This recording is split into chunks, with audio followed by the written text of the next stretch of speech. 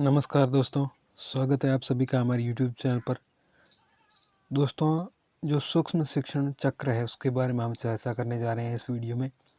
सूक्ष्म शिक्षण चक्र को इंग्लिश में है वो माइक्रो टीचिंग भी कहते हैं। तो इस वीडियो में हम चर्चा करेंगे सूक्ष्म शिक्षण की शुरुआत कहाँ से हुई, किसने की, सूक्ष्म शिक्षण चक्र वास्तव में क्या होता है, इसमें कितने सोपान होते हैं। तो चलिए वीडियो को प्रारंभ करते हैं। साथियों, सूक्ष्म शिक्षण चक्र है इसका विकास 1963 में एचिसन बुश एलन ने सर्वप्रथम नियमित रूप से संकुचित अध्ययन अभ्यासक्रम प्रारंभ किए। साथियों, 1963 में इसकी शुरुआत है वो एलन के द्वारा की गई थी, लेकिन जो एचिसन और बुश है इन्होंने एलन का है वो सहयोग किया था और इन्होंने क्या किया, जो संकुचित रूप से है वो अध्ययन के लिए एक प्रणाली प्रारंभ की, जिसे ही हम है वो सूक्ष्म शिक्षण कहते हैं। और इसका विकास है वो स्टैनफोर्ड यूनिवर्सिटी में किया गया। और जो सूक्ष्म शिक्षण है यह एक प्रशिक्षण प्रविधि है, यानी कि इसमें है वो ट्रेनिंग दी जाती है, जिसमें जो भी ट्रेनिंग लेता है यानी कि जो छात्र अध्यापक है वो किसी एक शिक्षण कौशल का प्रयोग करते हुए थोड़ी अवधि के लिए छोटे छात्र समूह को कोई एक संप्रत्यय पढ़ाता है, यानी कि बहुत कम समय के लिए, जैसे कि 5 से 10 मिनट तक का ये सेशन होता है। और इसमें है वो 5 से 10 तक ही लगभग अभ्यर्थी होते हैं। और इसमें है वो किसी एक शिक्षण कौशल, जैसे कि भाषा के 4 कौशल होते हैं, सुनना, बोलना, पढ़ना और लिखना। तो इनमें से किसी एक शिक्षण कौशल को है वो महत्व दिया जाता है और है वो अध्यापन कार्य करवाया जाता है। और इसकी समय सीमा भी निर्धारित की गई है कि ये शिक्षण है वो कितने समय का होता है। तो साथियों, आप यहाँ पे देख सकते हैं जो समय सीमा है उसमें सबसे पहला सोपान आता है पाठ योजना का, यानी कि शिक्षक जब कक्षा में प्रवेश करता है उससे पहले वो पाठ योजना तैयार करता है कि कक्षा में है वो कौन सी गतिविधि होगी, विद्यार्थियों की क्या भागीदारी रहेगी, शिक्षक है वो किस प्रकार से पढ़ाएगा, क्या है वो प्रकरण रहेगा। तो वो सारी योजना है वो शिक्षक कक्षा में प्रवेश करने से पहले तैयार कर लेता है। इसलिए पाठ योजना का जो सोपान आता है उसके लिए है वो समय निर्धारित नहीं किया गया है। शिक्षक कक्षा में प्रवेश करने के बाद में विद्यार्थियों को शिक्षण करवाता है।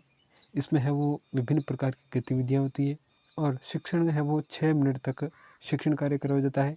उसके बाद प्रतिपुष्टि, यानी कि शिक्षक जो भी पढ़ाता है उससे संबंधित जो फीडबैक होता है, यानी कि प्रतिपुष्टि है वो 6 मिनट तक लेता है कि जो विद्यार्थियों को जो भी गतिविधि करवाई गई उसमें विद्यार्थी ने कितना सीखा या फिर विद्यार्थी में है वो किस गतिविधि में कमी रह गई। उसके बाद में वो पुनः योजना बनाता है, जो भी कमी रहेगी उससे संबंधित पुनः योजना बनाता है और पुनः योजना बनाने के लिए 12 मिनट का समय निर्धारित किया गया है।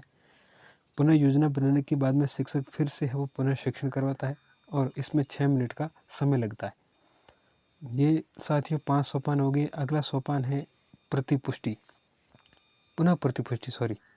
इसमें क्या होता है कि शिक्षक जब पुनः शिक्षण करवाता है उसके बाद पुनः प्रतिपुष्टि की दोबारा है वो फीडबैक लेता है और इसमें भी 6 मिनट का समय लगता है। और जो सूक्ष्म शिक्षण चक्र होता है उसमें टोटल है वो 36 मिनट का समय निर्धारित है। साथियों, कई बार ये परीक्षा में प्रश्न पूछा जा चुका है कि सूक्ष्म शिक्षण चक्र है वो में कितना समय निर्धारित किया गया है। तो ये 36 मिनट का समय है वो NCERT है उसके द्वारा है वो निर्धारित किया गया है।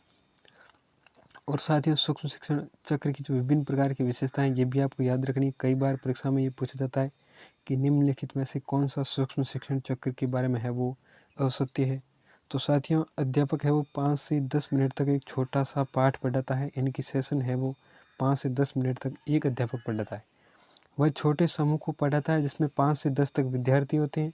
वह किसी एक शिक्षण कौशल का ही अभ्यास है वो कार्य करवाया जाता है, यानी कि इसमें एक बात ध्यान रखना, विशेष रूप से एक शिक्षण कौशल को है वो प्रमुखता दी जाती है और शिक्षण के तुरंत बाद है वो उसके कार्य का मूल्यांकन होता है। पढ़ाने के बाद में शिक्षक है वो देखता है कि छात्र ने वो कितना सीखा है।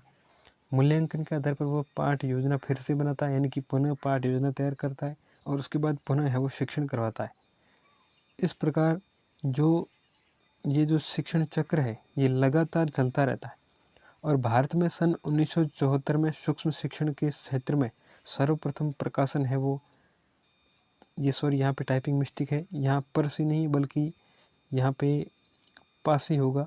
पासी तथा शाह ने किया। यानी कि भारत में सूक्ष्म शिक्षण का प्रारंभ 1974 में पासी और शाह नामक दो व्यक्ति थे, उन्होंने किया था। और यह एक है वो सहायक साधन है, यह वास्तविक शिक्षण का स्थान नहीं ले सकता।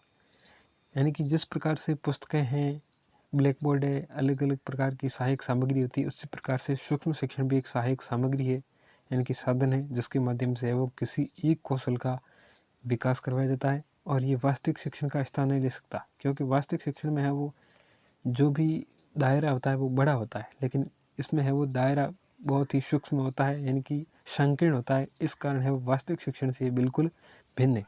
तो साथियों, ये था सूक्ष्म शिक्षण। रीट भर्ती परीक्षा में इससे संबंधित है वो एक प्रश्न 100% बनने की संभावना रहती है। थैंक यू दोस्तों। वीडियो पसंद आए तो लाइक करना, और मेरे चैनल पर पहली बार आए हैं तो चैनल को ज़रूर सब्सक्राइब करना। धन्यवाद।